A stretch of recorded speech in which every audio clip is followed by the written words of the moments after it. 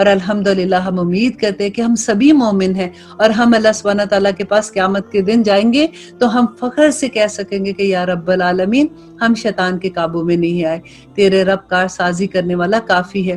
تمہارے پروردگار تو وہ ہے جو تمہارے لیے دریاؤں میں کشتیاں چلاتا ہے تاکہ تم اس کا فضل تلاش کرو، وہ بڑے فضل والا ہے۔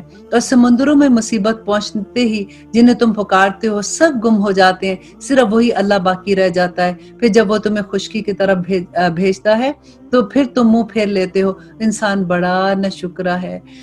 تو کیا تم اس سے بے خوف ہو گئے ہو کہ تمہیں خشکی کی طرف لے جا کر زمین کے اندر دھنسا دے یا پھر پتھروں کی آندھی بھیج دے؟ پھر تم اپنے کس نگہبان کو، اللہ سبحانہ تعالیٰ کہتے ہیں کہ پھر تم کس کو پکارو گے؟ پھر تم اپنے لیے کسی نگہبان کو نہیں پا سکو گے۔ کیا تم اس بات سے بے خوف ہو گئے ہو کہ اللہ سبحانہ تعالیٰ پھر تمہیں دوبارہ دریا کے سفر پر لے جائے اور تم پر تیز ہوائیں چلائے اور تمہارے کفر کے باعث تمہیں پھر ڈبو دے؟ پھر تم اپنے لیے کس کا دعویٰ کرو گے؟ یہاں پہ دیکھیے اللہ سبحانہ تعالیٰ نے کیا بات کی کہ تمہارے کفر کی وجہ سے ڈبو دے۔ یقیناً ہم نے اولاد آدم کو بڑی عزت دی اور انہیں خشکی اور تری کی سواریاں دی اور انہیں پاکیزہ چیزوں کی روزیاں دی اور اپنی بہت سی مخلوق پر انہیں فضیلت عطا کی۔ جس دن ہم ہر جماعت کو اور اس کے پیشوا سمیت بلائیں گے، پھر ان کے بھی اعمال نامے دائیں ہاتھ میں دے دیا جائے گا تو وہ شوق سے اپنا نامہ اعمال پڑھنے لگیں گے اور دھاگے کے برابر بھی ظلم نہیں کیا جائے گا۔ اللہ سبحانہ تعالیٰ ہمیں لوگوں میں شامل کر دے۔ اور جو کوئی اس جہان میں اندھا رہا وہ آخرت میں بھی اندھا اور راستے سے بھٹکا ہوا ہوگا۔ یہ لوگ آپ کو اس وحی سے جو ہم نے آپ کی طرف اتاری ہے بہکانا چاہتے ہیں کہ آپ اس کے سوا کچھ اور ہمارے لیے گھڑ دیں، کہ کہتے تھے کہ یہ تو آیتیں بڑی مشکل ہیں، اس پہ عمل نہیں ہو رہا، آپ ہمارے لیے کوئی اور آیت لے آئے۔ تو تب تو آپ کو یہ لوگ اپنا ولی و دوست بنا لیں اگر آپ ان کی باتوں میں آ جائیں۔ اگر ہم آپ کو ثابت قدم نہ رکھتے، دیکھیں یہاں پہ کتنی بڑی بات سیکھنے کی ہے کہ ہم جب اللہ سبحانہ تعالیٰ سے دعا مانگتے ہیں نا، اللہم اعنی علی ذکرک و شکرک و حسن عبادتک، تو وہ یہی ہے کہ یا رب العالمین آپ ہم کو ایسا بنا دیں۔ تو یا اللہ سبحانہ تعالیٰ کہتے ہیں کہ اگر ہم آپ کو ثابت قدم نہ رکھتے تو بہت ممکن تھا کہ ان کی طرف قدرے مائل ہو ہی جاتے، اور پھر تو ہم بھی آپ کو دوہرا عذاب دنیا کا دیتے، اللہ اکبر، اور دوہرا ہی موت کا، پھر آپ کو اپنے لیے ہمارے مقابلے میں کوئی مددگار نہ ملتا، اور یہ تو آپ کے قدم اس سرزمین سے اکھاڑنے ہی لگے تھے کہ آپ کو اس سے نکال لیں، پھر یہ بھی آپ کے بعد بہت ہی کم یہاں پہ ٹھہرتے۔ ایسا ہی دستور ان کا تھا جو آپ سے پہلے رسول ہم نے بھیجے تھے، اور آپ ہمارے دستور میں کبھی کوئی رد و بدل نہیں پائیں گے۔ نماز کو قائم کریں، آفتاب کے ڈھلنے سے لے کر رات کی تاریکی تک، اور فجر کا قرآن پڑھنا بھی، یقیناً فجر کے وقت کا قرآن پڑھنا اللہ سبحانہ تعالیٰ کے سامنے پیش کیا جاتا ہے۔ دیکھیے قرآن، اللہ سبحانہ تعالیٰ قرآن میں بتا رہے ہیں کہ جب ہم فجر کے وقت میں جو نماز میں، کیونکہ نماز میں قرات یوزلی فجر کی لمبی ہوتی ہے، اور اگر اس وقت نہیں تو بعد میں بھی آپ جب قرآن پڑھتے ہیں تو اللہ سبحانہ تعالیٰ کہتے ہیں کہ وہ قرآن اللہ سبحانہ تعالیٰ کے سامنے پیش کیا جاتا ہے۔ رات کے کچھ حصے میں تہجد کی نماز میں قرآن کی تلاوت کریں، یہ زیادتی آپ کے لیے کہ یہ نبی صلی اللہ علیہ وسلم کو اللہ کا حکم تھا، اور آپ دیکھیے کہ جب ہم پڑھتے ہیں تو کتنا ثواب ملے گا، اللہ سبحانہ تعالیٰ کتنا خوش ہوں گے کہ عنقریب آپ کا رب آپ کو مقام محمود میں کھڑا کر دے گا۔ اور دعا کیا کریں کہ اے میرے پروردگار، قل کہہ دیجئے ربی ادخلنی مدخل صدق و اخرجنی مخرج صدق واجعل لی من لدنک سلطانا نصیرا۔ اور آپ دعا کیا کیجئے کہ اے میرے پروردگار مجھے جہاں لے جا اچھی طرح لے جا، اور جہاں سے نکال اچھی طرح نکال، اور میرے لیے اپنے پاس سے غلبہ اور امداد مقرر کر۔ دیکھیے یہ دعا جو ہے جب بھی آپ کبھی کسی جگہ نہیں پہ جاتے ہیں، جیسے اگر فار ایگزامپل آپ ایک شہر سے دوسری شہر میں جاتے ہیں، یا آپ اپنی گاڑی سے نکلتے ہیں بازار میں جاتے ہیں، یا اپنی گاڑی سے نکل کے اپنے کام میں جاتے ہیں، تو ہمیشہ یہ دعا مانگا کریں کہ جس جگہ پہ جا رہی ہوں اس کو بھی مبارک کرنا، اور جب میں اس شہر سے نکلوں یا اس جاب سے نکلوں تو وہ بھی میرے لیے مبارک کرنا اور اس میں برکتیں نازل کرنا، آمین ثم آمین۔ بہت خوبصورت دعا ہے۔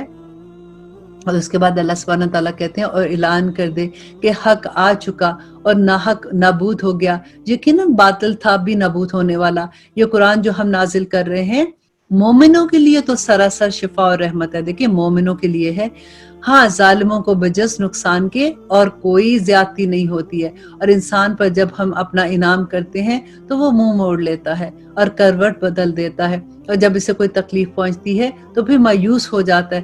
کہہ دیجئے کہ ہر شخص اپنے طریقے پر عامل ہے، جو پوری ہدایت کے راستے پر ہیں انہیں تمہارا رب بخوبی جاننے والا ہے۔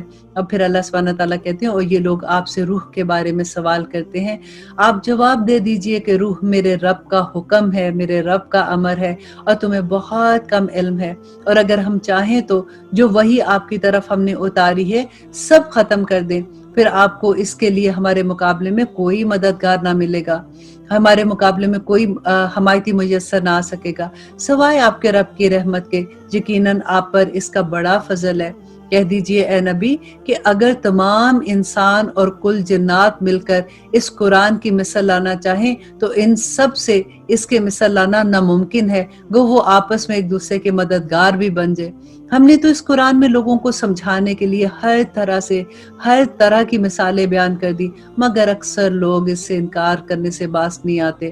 انہوں نے کہا کہ ہم آپ پر ہرگز ایمان نہیں لائیں گے اس وقت تک کہ ہم زمین میں کوئی چشمہ جاری کر ہوا نہ دیکھ لیں، یا خود آپ کے لیے کوئی باغ ہو کھجوروں کا، انگوروں کا، یا اس کے درمیان اب بہت سی نہریں جاری ہوں، یا آپ آسمان کو ہم پر ٹکڑے ٹکڑے کر کے گرا دیں جیسا کہ آپ کا گمان ہے، یا آپ خود اللہ سبحانہ تعالیٰ کو اور فرشتوں کو ہمارے سامنے لا کھڑا کرے، یا آپ کو اپنے لیے کوئی سونے کا گھر ہی ہو۔ یا دیکھیں یہ ساری وہ دنیاوی چیزیں جو ہم سمجھتے ہیں نا کہ اگر کوئی کسی کے پاس پیسہ ہے، دولت ہے، ایسی چیزیں تو وہ کوئی بڑا بندہ ہے، تو اب یہ ساری چیزیں کہہ رہے ہیں کہ آپ ان میں سے کوئی ایسا چیز کر کے دکھائیں تو ہم مانیں، کبھی آسمان پہ چڑھ جائیں، اور ہم کو تو آپ کے چڑھ جانے کا بھی اس وقت تک ہرگز یقین نہیں کریں گے جب تک کہ آپ ہم پر کوئی کتاب ہی نہ لے آئیں جسے ہم خود پڑھیں۔ آپ جواب دے دیجئے، اللہ سبحانہ تعالیٰ جواب سکھا رہے ہیں کہ اے نبی آپ ان کو جواب دے دیجئے کہ میرا پروردگار پاک ہے، میں تو صرف ایک انسان ہوں۔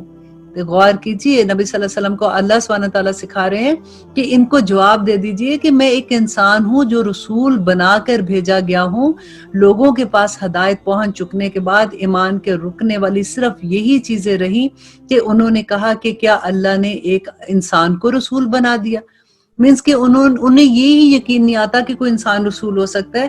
اب بار بار ایک ہی بات کہتے ہیں کہ فرشتوں کو کیوں نہیں بھیجا، فرشتے نور سے بنے ہوئے ہیں نا، اگر فرشتے آتے تو پھر تو ہم یہ کہتے تھے کہ قرآن پہ تو عمل کرنا اتنا مشکل ہے، کیونکہ وہ تو فرشتے تھے نا جو عمل کرتے تھے، تو ہمارے لیے تو بڑا مشکل ہے۔ اللہ سبحانہ تعالیٰ نے اسی لیے نبی صلی اللہ علیہ وسلم کو انہی میں سے چنا تھا کہ وہ پریکٹیکلی دکھائیں کہ یہ جو اللہ کے احکامات ہیں ان پہ عمل کرنا کتنا آسان ہے، اور نبی صلی اللہ علیہ وسلم چلتا پھرتا قرآن تھے۔ اسی لیے میں بار بار جو کہتی ہوں نا کہ ہمیں دعا کرنی چاہیے کہ یا رب العالمین ہمیں چلتا پھرتا قرآن بنا دے، اور انہوں نے دکھا دیا کہ دنیا میں کامیابی اسی سے ملی۔ کتنے لوگ تھے جو مکہ سے آئے تھے ہجرت کر کے، آپ کے سامنے ہے ساری ہسٹری، اور کس طرح سے پوری دنیا میں پھر انہوں نے حکومت کی تھی۔ حضرت عمر کے زمانے میں آدھی سے زیادہ دنیا فتح ہو گئی تھی، کس وجہ سے ہوئی تھی؟ یہ کوئی بہت ڈگریاں لیے ہوئے لوگ تھے؟ اللہ سبحانہ تعالیٰ نے کیسے ان کو پاک و صاف کیا تھا؟ کیونکہ وہ ہونا چاہتے تھے۔ آگے اللہ سبحانہ تعالیٰ کہتے ہیں کہ آپ کہہ دیں کہ اگر زمین میں فرشتے چلتے پھرتے اور رہتے بستے تو ہم بھی ان کے پاس کسی آسمانی فرشتے کو ہی رسول بنا کر بھیجتے۔ کہہ دیجئے کہ میرے اور تمہارے درمیان اللہ تعالیٰ کا گواہ ہونا کافی ہے، اور اپنے پروردگار سے خوب آگاہ اور بخوبی دیکھنے والا، اور میرا پروردگار خوب جاننے والا ہے۔ اللہ جس کی رہنمائی کرے تو وہ ہدایت یافتہ ہے، اور جسے وہ راہ سے بھٹکا دے تو یقیناً اللہ سبحانہ تعالیٰ کہتے ہیں کہ اس کا کوئی مددگار نہیں ہوگا، اور قیامت کے دن وہ اوندے منہ گرے گا اور وہ اندھا اور گونگا اور بہرا ہوگا۔ اس کا ٹھکانہ جہنم ہے، جب کبھی وہ بجھنے لگے گی تو ہم اسے اور بھڑکا دیں گے۔ اللہ اکبر، ربنا لا تجعلنا منہم۔ یہ سب ہماری آیتوں سے کفر کرنے اور اس کہنے کے بدلے میں ہے کہ کیا ہم جب ہڈیاں اور ریزہ ریزہ ہو جائیں گے پھر ہم دوبارہ اٹھائے جائیں گے؟ کیا انہوں نے اس بات پر نظر نہیں کی کہ جس اللہ نے آسمان و زمین کو پیدا کیا اور ان جیسوں کو زمین اور آسمان اور ان جیسوں کی پیدائش پر پورا قدرت رکھتا ہے، اسی نے ان کے لیے ایک ایسا وقت مقرر کر رکھا ہے جو شک و شبہ سے یکسر خالی ہے، لیکن ظالم لوگ اس سے انکار کرتے ہیں اور وہ نہیں مانتے۔ تو اللہ سبحانہ تعالیٰ کہتے ہیں نبی آپ کہہ دیجئے کہ اگر بالفرض تم میرے رب کی رحمتوں کے خزانوں کے مالک بن جاتے تو تم اس وقت بھی اس کے خرچ ہونے کے خوف سے اسے روکے رکھتے کہ انسان بڑا ہی تنگ دل ہے کہ اللہ سبحانہ تعالیٰ اگر تمہیں خزانے اپنے بھی دے دیتا نا تو تم ایک پینی بھی اٹھا کے کسی دوسرے کو نہ دیتے، کیونکہ اللہ سبحانہ تعالیٰ کہتے ہیں تم اتنے تنگ دل ہو۔ یہ تو اللہ کا حوصلہ ہے کہ جو اللہ کو نہیں مانتا اللہ سبحانہ تعالیٰ اس کو بھی دنیا میں عطا کرتا ہے، بلکہ ان کو تو زیادہ ہی کچھ عطا کرتا ہے۔ ہم دیکھیے اللہ سبحانہ تعالیٰ کہتے ہیں کہ ہم نے موسیٰ کو 9 معجزے بالکل صاف صاف عطا فرمائے، تو خود ہی بنی اسرائیل سے پوچھ لے کہ جب وہ ان کے پاس پہنچے تو فرعون بولا کہ اے موسیٰ میرے خیال میں تو تجھ پر جادو کیا ہوا ہے۔ اور پھر اللہ سبحانہ تعالیٰ کہتے ہیں موسیٰ نے جواب دیا کہ یہ تو تجھے علم ہو چکا کہ آسمان اور زمین کا پروردگار ہی نے یہ معجزے دکھائے اور سمجھائے اور میرے پر نازل کیے ہیں۔ اے فرعون میں تو سمجھ رہا ہوں کہ تو یقیناً برباد اور ہلاک کیا گیا ہے۔ آخر فرعون نے پختہ ارادہ کر لیا کہ انہیں زمین سے ہی اکھیڑ دے، اور ہم نے خود اسے اور اس کے تمام ساتھیوں کو غرق کر دیا۔ اس کے بعد ہم نے بنی اسرائیل سے فرما دیا کہ اس سرزمین پر تم رہو سہو، ہاں جب آخرت کا وعدہ آئے گا تو ہم سب کو سمیٹ کر وہاں لے جائیں گے۔ اور ہم نے اس قرآن کو حق کے ساتھ اتارا اور یہ بھی حق کے ساتھ اتارا، ہم نے آپ کی طرف خوشخبری سنانے والا اور ڈرانے والا بنا کر بھیجا ہے۔ قرآن کو ہم نے تھوڑا تھوڑا اس لیے اتارا کہ آپ اسے بمہلت لوگوں کو سنائے، اور ہم نے خود بھی اسے بتدریج نازل کیا ہے۔ اور اللہ سبحانہ تعالیٰ کہتے ہیں اور کہہ دیجئے تم اس پر ایمان لاؤ یا نہ لاؤ، جنہیں اس کے سے پہلے علم دیا گیا ہے ان کے پاس تو جب بھی ان کی تلاوت کی جاتی ہے تو وہ تھوڑیوں کے بل سجدے میں گر پڑتے ہیں اور کہتے ہیں کہ ہمارے رب پاک ہے، ہمارا رب کا وعدہ بالکل سچا ہے اور پورا ہونے والا ہے۔ وہ اپنی تھوڑیوں کے بل روتے ہوئے سجدے میں گرتے ہیں، اور یہ قرآن ان کی عاجزی، خشوع و خضوع بڑھا دیتا ہے۔ اب ذرا دیکھیے جب ہم قرآن پڑھتے ہیں ہماری یہ حالت ہوتی ہے جو اللہ سبحانہ تعالیٰ یہاں پہ اپنے ان بندوں کی ذکر کر رہے ہیں کہ جو قرآن پڑھتے ہیں تو اس وقت ان کا کیا حال ہوتا ہے، کیونکہ ہمیں سمجھ نہیں نہ آتی ہے۔ ہم تو ناظرہ قرآن پڑھتے ہیں، ہمیں پتہ ہی نہیں ہوتا کہ ہم کیا پڑھ رہے ہیں۔ اور آگے اللہ سبحانہ تعالیٰ کہتے ہیں کہ کہہ دیجئے کہ اللہ کو اللہ کہہ کر پکارو یا رحمان کہہ کر، جس نام سے بھی پکارو تمام نام اچھے اسی کے ہیں۔ نہ تو اپنی نماز کو بہت بلند آواز سے پڑھ اور نہ بالکل پوشیدہ، بلکہ اس کو درمیانی راستے سے پڑھا کر، اور یہ کہہ دیجئے کہ تمام تعریفیں اللہ ہی کے لیے ہیں، اور جو نہ اولاد رکھتا ہے، نہ اس کی بادشاہت میں کسی کی شرکت اور سانجی ہے، اور نہ ہی وہ کمزور ہے کہ اسے کسی حمایتی کی ضرورت ہے، اور تو اس کی پوری پوری بڑائی بیان کرتا رہے۔ اللہ اکبر، کتنی خوبصورت صورتی اور اتنے سبق تھے اس میں۔ اللہ سبحانہ تعالیٰ سے دعا ہے کہ ہمیں اس پہ عمل کرنے والا بنا دے، آمین ثم آمین۔ اب ہم سورۃ کہف کا آغاز کرتے ہیں کہ اللہ سبحانہ تعالیٰ نے دیکھے اب اس میں ہمیں کیا سبق ملتا ہے۔ سورۃ کہف کے بارے میں نبی صلی اللہ علیہ وسلم نے بتایا تھا کہ ہر جمعے کو پڑھنی چاہیے، اور یہ ایک جمعے سے دوسرے جمعے تک نور ہی نور۔ نور کیا مطلب کہ اللہ کی رحمتیں، اللہ کی برکتیں، اللہ سبحانہ تعالیٰ کی رہنمائیاں ملتی ہیں بندے کو۔ اور جو 10 پہلی آیات یاد کر لیتا ہے اور 10 آخری کرتے ہیں تو نبی صلی اللہ علیہ وسلم نے فرمایا تھا کہ اگر دجال کا فتنہ بھی آ گیا تو اس سے بھی محفوظ رہیں گے۔ اور انشاءاللہ اس کے بارے میں ہم دیکھتے ہیں کہ اللہ سبحانہ تعالیٰ کیا احکامات دیتے ہیں کہ بسم اللہ الرحمن الرحیم، بڑا مہربان شروع کرتی ہوں اللہ کے نام سے جو بہت مہربان اور نہایت رحم کرنے والا ہے۔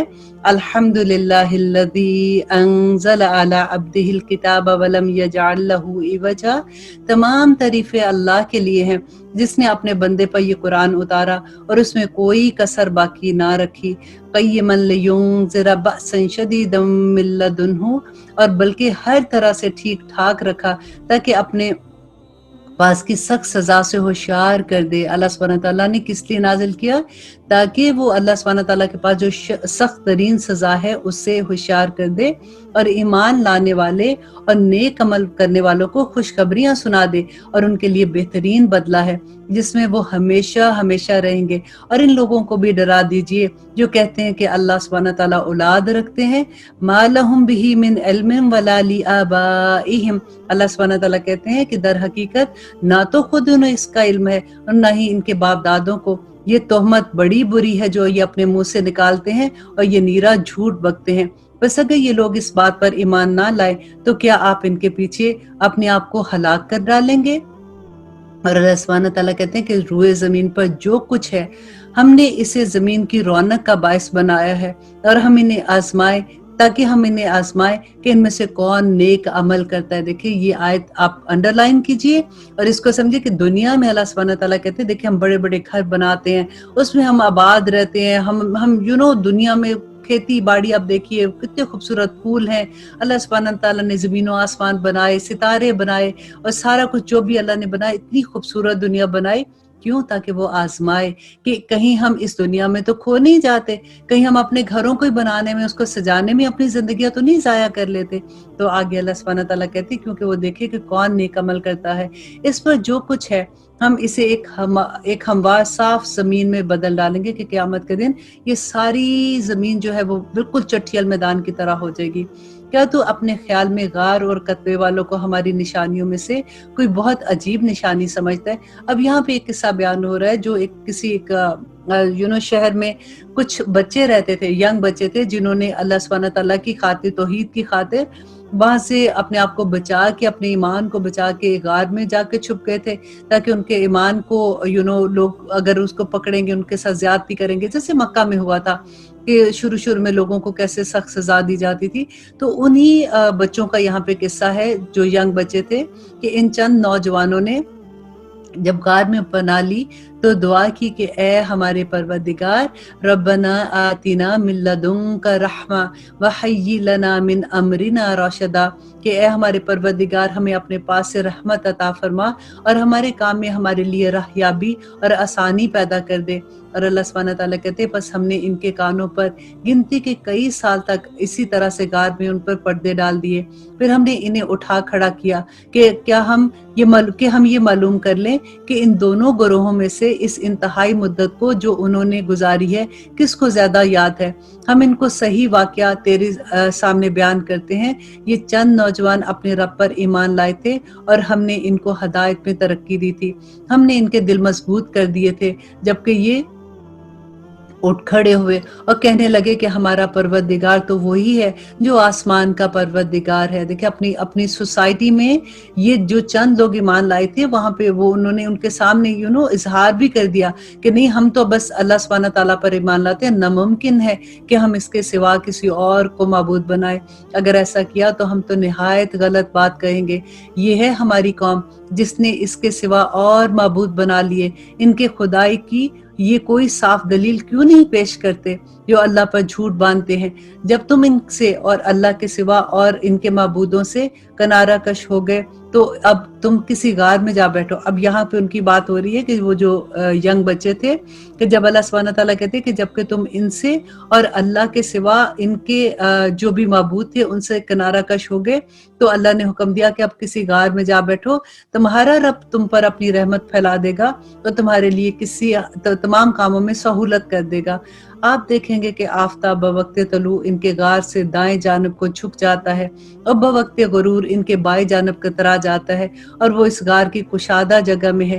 یہ اللہ کی نشانیوں میں سے ایک نشانی ہے۔ اللہ سبحانہ تعالیٰ جس کی راہبری فرمائے وہ راہ راست پر ہے، اور جسے گمراہ کر دے وہ ناکام ہے کہ آپ اس کا کوئی کارساز و رہنما نہیں پائیں گے۔ آپ خیال کرتے ہیں کہ وہ بیدار ہیں، حالانکہ وہ سوئے ہوئے تھے، خود ہم ہی انہیں دائیں بائیں کروٹیں دلاتے۔ ان کا ایک کتا بھی چوکھٹ پر اپنے ہاتھ پھیلائے ہوئے تھا، آپ اگر جھانک کر دیکھتے تو ضرور ڈر کر الٹے پاؤں بھاگ جاتے اور ان کے روب سے آپ پہ دہشت طاری ہو جاتی۔ اسی طرح ہم نے انہیں جگا کر اٹھا دیا کہ آپس میں پوچھ گچھ کر لیں۔ ایک کہنے لگا کہ ہم کتنی دیر ایسے ٹھہرے؟ انہوں نے جواب دیا کہ 1 دن یا اس سے بھی کم۔ کہنے لگے کہ تمہارے ٹھہرنے اور رہنے کے باوجود اللہ سبحانہ تعالیٰ اس کا علم ہمیں دے گا کہ ہم کتنی دیر اس میں ٹھہرے۔ اب تو تم اپنے میں سے کسی ایک کو اپنی یہ چاندی دے کر، چاندی کے اس وقت سکے ہوتے تھے جو وہ ایز اے پیسہ یوز کرتے تھے،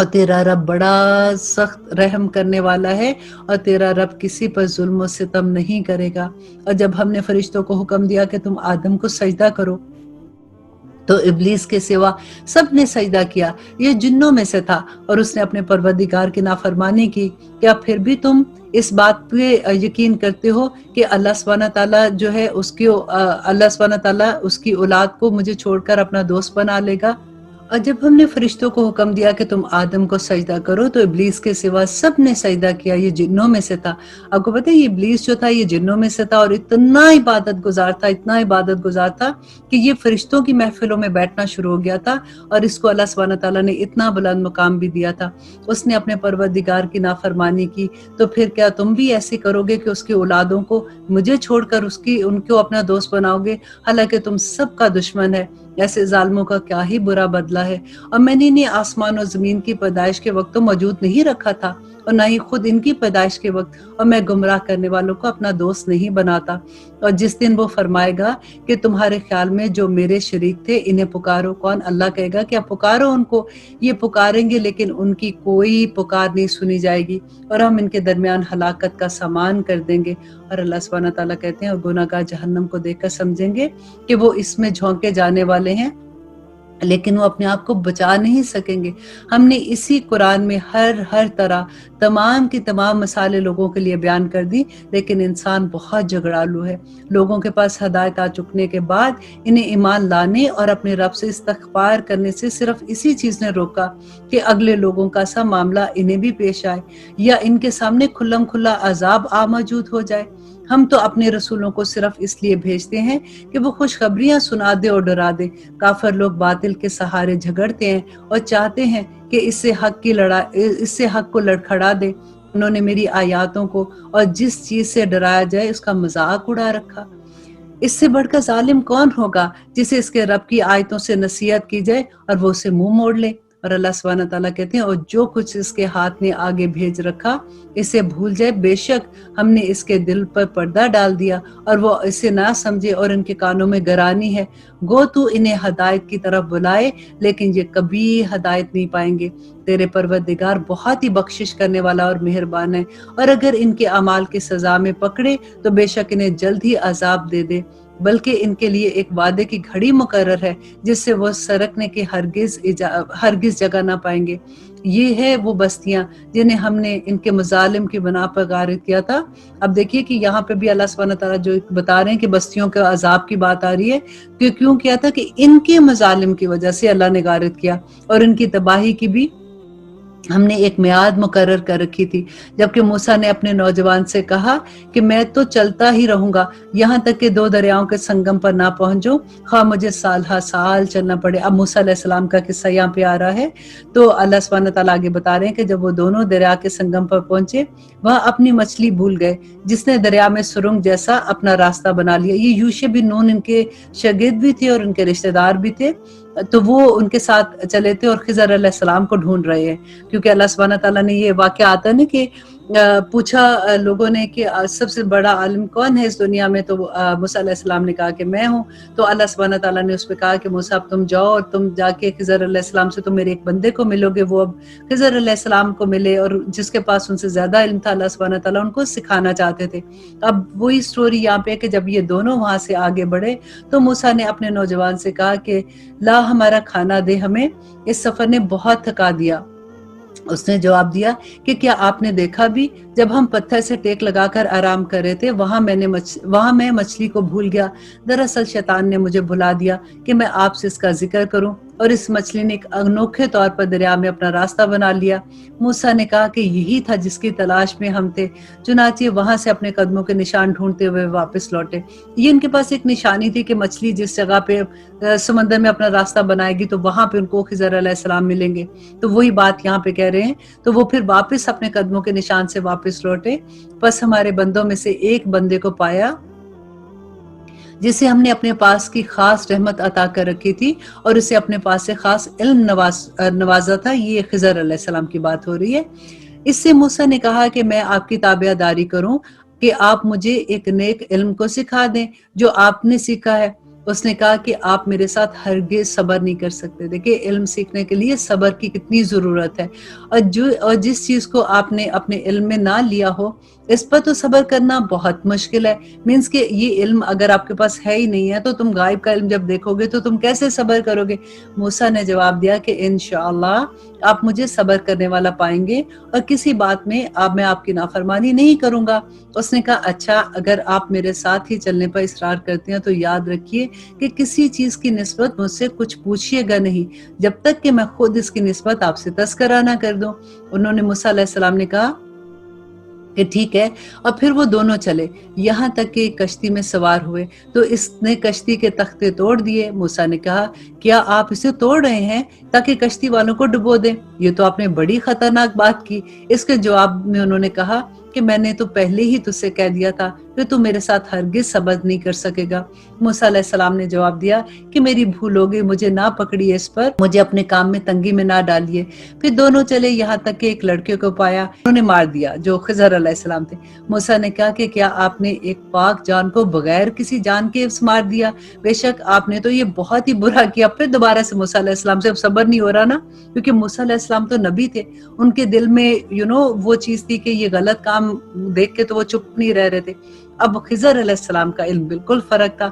انشاءاللہ اس سٹوری کے اینڈ میں اب دونوں میں تقابل دیکھ سکیں گے کہ کیا ہے اور اللہ سبحانہ تعالیٰ اس میں ہمیں کیا سبق دے رہا ہے۔ اب یہاں پہ ہمارا 15 سپارہ ختم ہوتا ہے اور اب انشاءاللہ کل ہم 16واں سپارہ دیکھیں گے اور اسی قصے کو لے کے آگے چلیں گے کہ ہمیں کیا سبق ملتا ہے۔ انشاءاللہ اجازت دیجیے، سبحان ربک رب العزت عما یصفون وسلام علی المرسلین والحمد للہ رب العالمین۔